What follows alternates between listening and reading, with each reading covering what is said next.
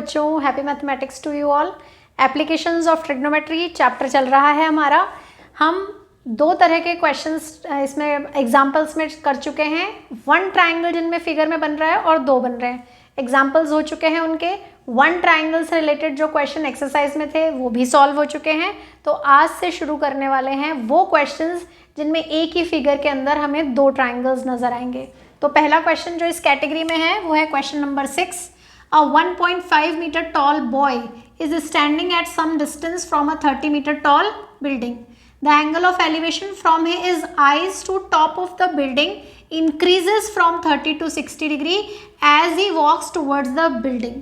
Find the distance he walked towards the building. तो अब इस पूरी इंफॉर्मेशन को हमने एक फिगर में कन्वर्ट कर लिया है और वो फिगर है कि let a b is a boy, और वो जो फिगर का एक्सप्लेनेशन है वो हमें यहाँ साथ में मेंशन करना है। Let a b is a boy of height 1.5 metre. तो ये बॉय हो गया हमारा 1.5 मीटर हाइट का।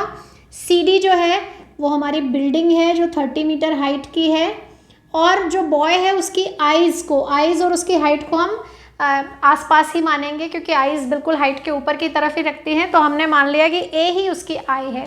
तो इस आई से उसका एंगल ऑफ एलिवेशन 30 डिग्री बन रहा था। फिर कुछ देर बाद जब उसने बिल्डिंग की तरफ वॉक किया, अब उसकी पोजीशन PQ है और यहाँ से उसका एंगल ऑफ एलिवेशन 60 डिग्री बन रहा था। तो ये जो डिस्टेंस उसने वॉक की है, जो ट्रैवल की है, मान लेते हैं ये x है। तो ये जो x है ये हमें यहाँ पे कैलकुलेट करना है। तो ये हमारा फिगर हो गया है। अब हम इसमें इस पॉइंट को मैंने नाम दिया CE। तो सबसे पहले हम क्या लिखेंगे कि AEDB इज अ रेक्टेंगल। तो अगर ये रेक्टेंगल है तो इसकी ऑपोजिट साइड्स इक्वल होंगी। So ED is equal to AB is equal to 1.5 metre. तो इससे हमारे पास जो CE आएगा वो कितना हो जाएगा, CE is equals to 30 minus 1.5 यानी 28.5 मीटर। तो अब हम CE डिस्टेंस हमें पता चल गई है जो कि कितनी है 28.5। और अब हम दो ट्राइंगल्स हैं जिन्हें सॉल्व करने वाले हैं। तो एक बड़ा ट्रायंगल एक छोटा ट्रायंगल है। तो चलिए पहले छोटा ट्रायंगल लेते हैं, यानी इन ट्रायंगल, इसका नाम है CPE। इन ट्रायंगल CPE क्या पता चला हमें कि ये जो साइड है 28.5 यानी परपेंडिकुलर हमें पता है और हमें इसकी ज़रूरत है PE की।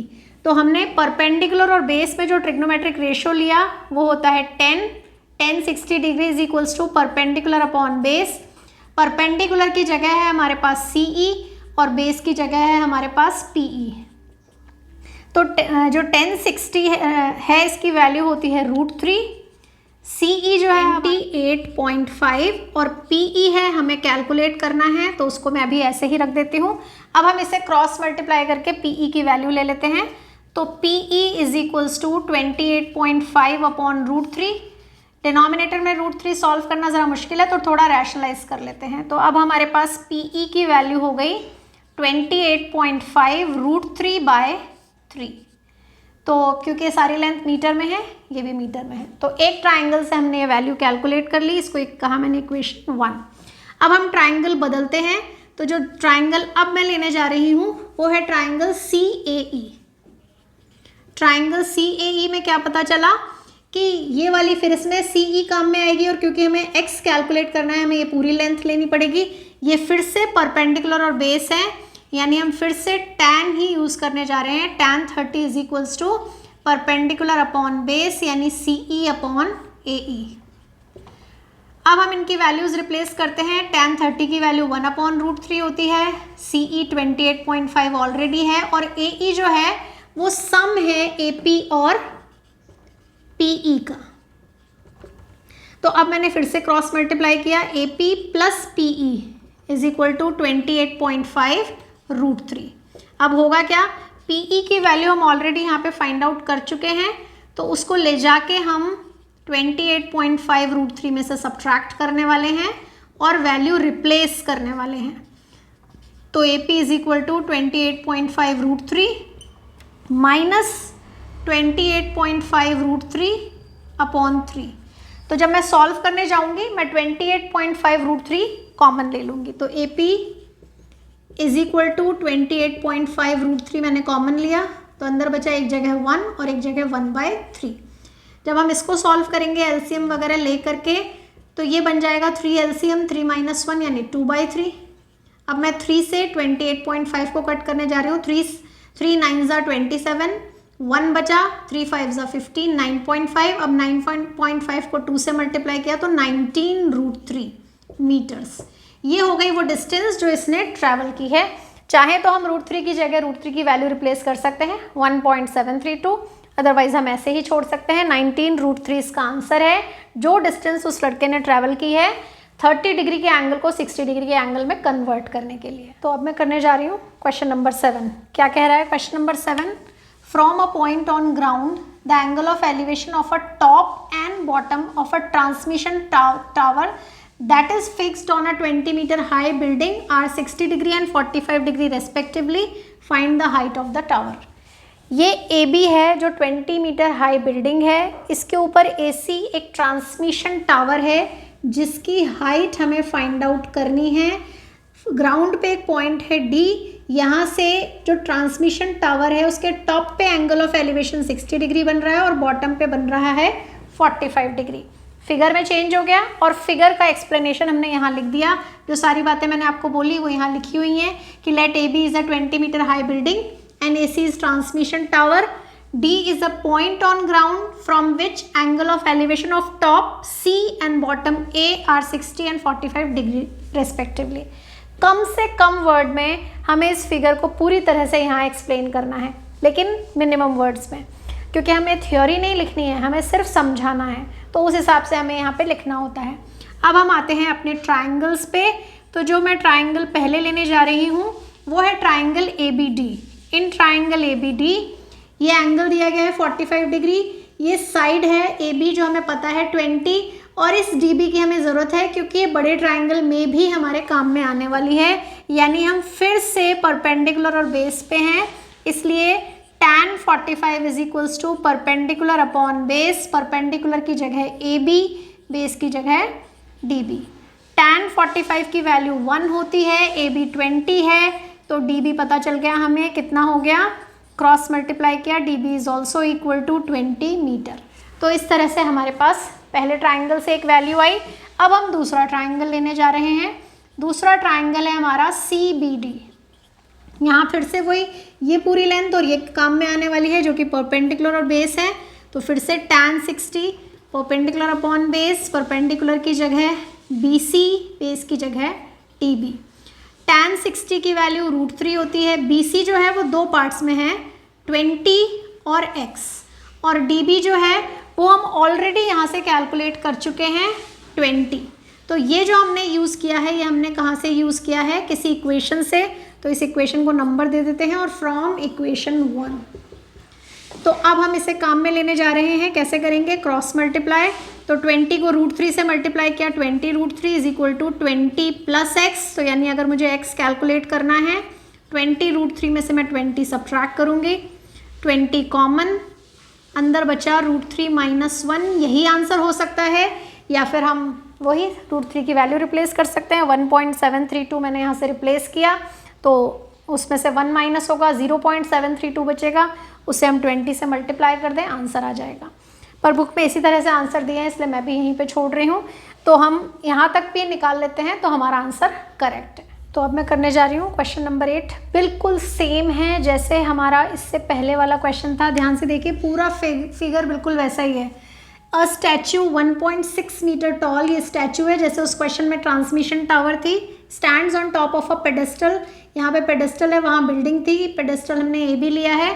एक पॉइंट है ग्राउंड पे D, जहाँ से जो स्टैचू का टॉप है उस पे एंगल ऑफ एलिवेशन 60 डिग्री है, और जो पेडेस्टल का टॉप है, या कह सकते हैं कि स्टैचू का बॉटम है, उस पे एंगल ऑफ एलिवेशन 45 डिग्री है। तो ये पूरा फिगर मैंने यहाँ एक्सप्लेन किया है। लेट AB is pedestal and AC statue of 1.6 metre high, D is a point on ground from which the angle of elevation of point C and A are 60 and 45 degree respectively. बस इतना सा फर्क है, वहाँ हमें जो बिल्डिंग थी उसकी हाइट दी थी और जो ट्रांसमिशन टावर था उसकी हाइट पूछी थी। यहाँ उल्टा है, स्टैचू की हाइट दी है और बिल्डिंग की हाइट यानी पेडेस्टल की हाइट पूछी है। तो फिर वही करते हैं जो हमने पहले किया। ट्राइंगल लेंगे, पहले मैंने लिया ABD, इसमें tan 45 is equals to perpendicular upon base यानी AB अपॉन DB, और अब की बार हमें दोनों ही नहीं पता है, तो ऐसा करते हैं, इसको मैं अज्यूम कर लेती हूँ H और इसको अज्यूम कर लेती हूँ X। उससे क्या होगा, कैलकुलेशन थोड़ी सिंपल हो जाती है। तो tan 45 की जगह 1, AB की जगह H, DB की जगह X, क्रॉस मल्टीप्लाई किया, X is equals to H। ये हो गई हमारी इक्वेशन नंबर 1। अब हम आते हैं दूसरे ट्राइंगल पे। तो दूसरा ट्राइंगल जो मैं यहाँ लेने जा रही हूँ वो है ट्राइंगल DBC। ट्राइंगल DBC में क्या आएगा, इसमें भी वही tan 60 degree is equal to perpendicular upon base. Perpendicular की जगह है BC और बेस की जगह है DB। tan 60 की वैल्यू √3 होती है। BC जो है वो हमारी हो गई 1.6 प्लस H, और जो DB है वो हमने X ऑलरेडी ले रखी है, मैंने क्रॉस मल्टीप्लाई किया, √3x is equals to 1.6 plus H। अब क्योंकि हमें हाइट ऑफ पेडिस्टल पूछी है यानी हमें H कैलकुलेट करना है, तो ये जो X की वैल्यू है इसको हम H से रिप्लेस कर देंगे। तो √3h is equal to 1.6 plus H from equation 1।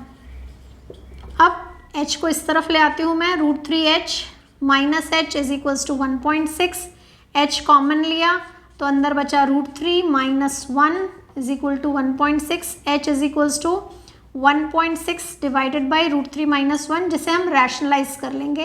Rationalise करने के लिए √3 प्लस 1 से ऊपर नीचे मल्टीप्लाई करते हैं। रैशनलाइजेशन आपने सीखा ही है, 9th क्लास के वीडियोस में आपने अच्छे से सीखा है कि रैशनलाइजेशन कैसे किया जाता है।